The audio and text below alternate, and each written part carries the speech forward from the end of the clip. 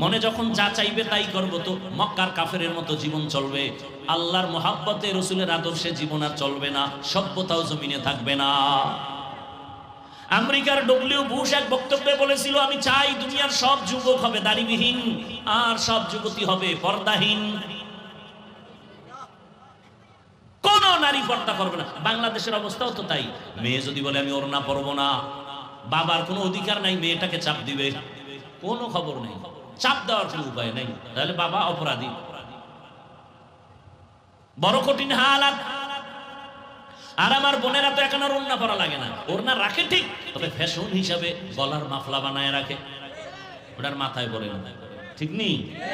শহরে বাজারে দেখো নারীদের ঢল, পর্দাবিহীন তারা করে ঝলমল, অন্যকে তার দিকে আশেক বানায়, অন্যকে তার দিকে আশেক বানায়। দেশটায় আজি ধ্বংস নারীর বেপরদায়, সবার মুখে কি আওয়াজ হায় হায় হায়। আল্লাহর জাতের কসম, ধর্ষণকে বন্ধ করতে হলে আগে ধর্ষণকে বন্ধ করতে হবে। চোখের চাহনি দর্শন যেদিন বন্ধ হবে, সেদিনে জমিন থেকে ধর্ষণ বন্ধ হয়ে যাবে। এজন্য আল্লাহ কোরআনে স্পেশাল আয়াত দিয়েছেন, চোখের দর্শনকে কন্ট্রোল করো। কুল্লিল মুমিনিনা ইয়াগুদ্দু মিন আবসারিহিম, ও মুমিন নারী পুরুষ, নজরের নিম্নগামী করো, হেফাজত করো, হেফাজত করো নজরের। মুমিন বললেই তো নারীও ভেতরে পুরুষও আছে, কিন্তু আলাদা আবার নারীদেরকে আল্লাহ বলতেছেন অকুল্লিল মুমিনাতি ইয়াগুযুনা মিন আবসারিহিন্না, ও নারীরা বেগানার থেকে নিজের নজর নিম্নগামী করে রাখো, বেগানার থেকে নজর নিচে রাখো। বেগানাকে সালাম দেওয়া পর্যন্ত জায়েজ নাই। কি মায়েরে সালাম দেয় না, শাস্তু বইনেরে দেয়, বউরে সালাম দেয় না, বেআইনেরে দেয়, আছে না নাই? আল্লাহ হেদায়েত দান করুন। কষ্ট হইতেছে আপনাদের? এ দুনিয়া কিছু না, পরকালের জন্য ঘর সাজাও। একজনে বিল্ডিং বানাইছে, গরম আর গরম, এসি লাগাইছে, দামি এসি, গরম সহ্য করা যায় না, এসি লাগাইয়া সব ছিদ্রগুলো বন্ধ করে দিছে। এরপরে বাহির থেকে কোনো গরম হাওয়া যেন ভেতরে না আসে, সব বন্ধ করে দাও। ভেন্টিলেটর বন্ধ করে দিছে। যদি একটু ছিদ্র থাকে দরজা বানাইছে, দরজা তো আর ফ্লোরের সাথে মিলানো না, একটু তো নিচ থেকে ফাঁকা, সেখানের জন্য আলাদা হোম কিনে আনছে, আইনার পরে তলায় লাগাই দিছে, বাহিরের গরম বাতাস যেন ভেতরে না লাগে। তোমার একটা ছোট্ট 13 বা 20 ফিট রুমের মধ্যে একটা এসি লাগানোর জন্য আরামে তুমি ঘুমাইবা কয়দিন? তোমার হায়াতের 1 মাসে তুমি প্রতিদিন ঘুমাও না, সফরে সফরে দৌড়াও, বন্ধু বান্ধব নিয়ে আড্ডা দাও, সামান্য কিছুদিন তুমি হায়াতের গ্যারান্টি নাই। বেশি যদি বলি 70-এর বেশি হায়াত পাবে না মুহাম্মাদের উম্মতেরা। রহমতের নবী বলেন আমার উম্মতের হায়াত 60-70-এর মাঝখানে গড়।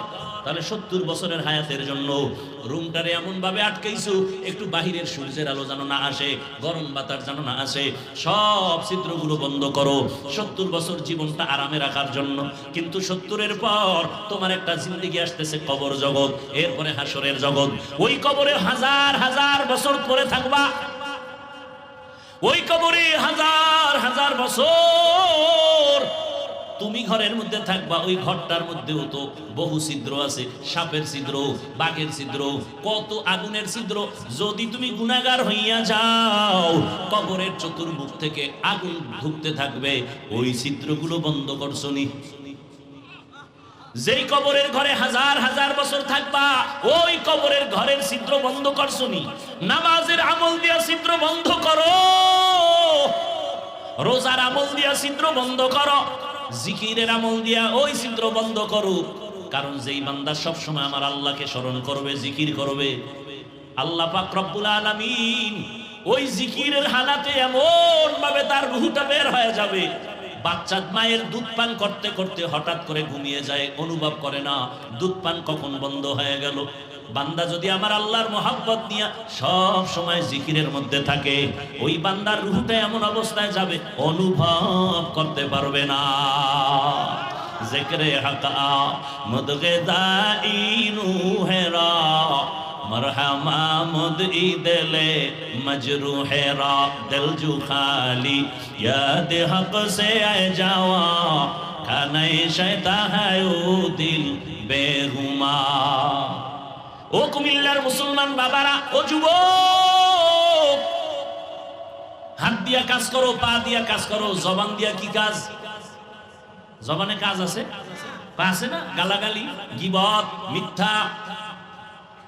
ও বান্দা, তুমি হাত দিয়া কাজ করো, পা দিয়া কাজ করো, রিকশা চালাও, ও দোকানওয়ালা কর্মচারী কাজ করো হাতে আর পায়ে।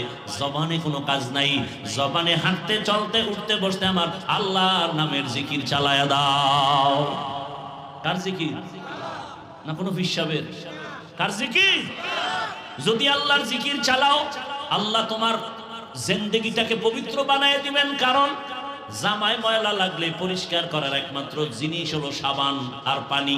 কলবের গুনার ময়লা পরিষ্কারের সাবান হলো আল্লাহর জিকির। জিকির করতে ভালো লাগে না?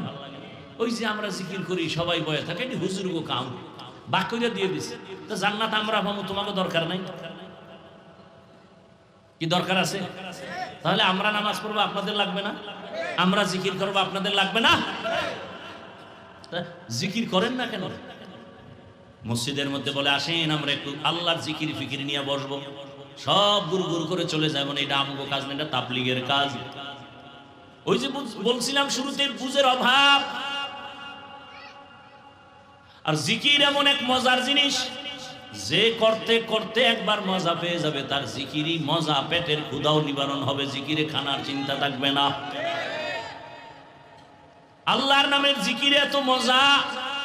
আল্লাহ বলেন ফাযকুরুনি আযকুরুকুম ওয়াশকুরুলি ওয়ালা তাকফুরুন। যে আমার স্মরণ করে আমি আল্লাহর তার স্মরণ করি। তুমি জিকির করো, আমিও করি। عن أبي هريرة رضي الله تعالى عنه قال قال رسول الله صلى الله عليه وآله وسلم إن الله يقول عز وجل أنا مع عبدي إذا ذكرني فتحركت بي شفتي। আল্লাহ পাক বলেন, আমি বান্দার একেবারে নিকটে থাকি কখন? বান্দা যখন আমাকে স্মরণ করে, জিকির করে, আর আমার জিকিরে তার ঠোঁট নড়তে থাকে।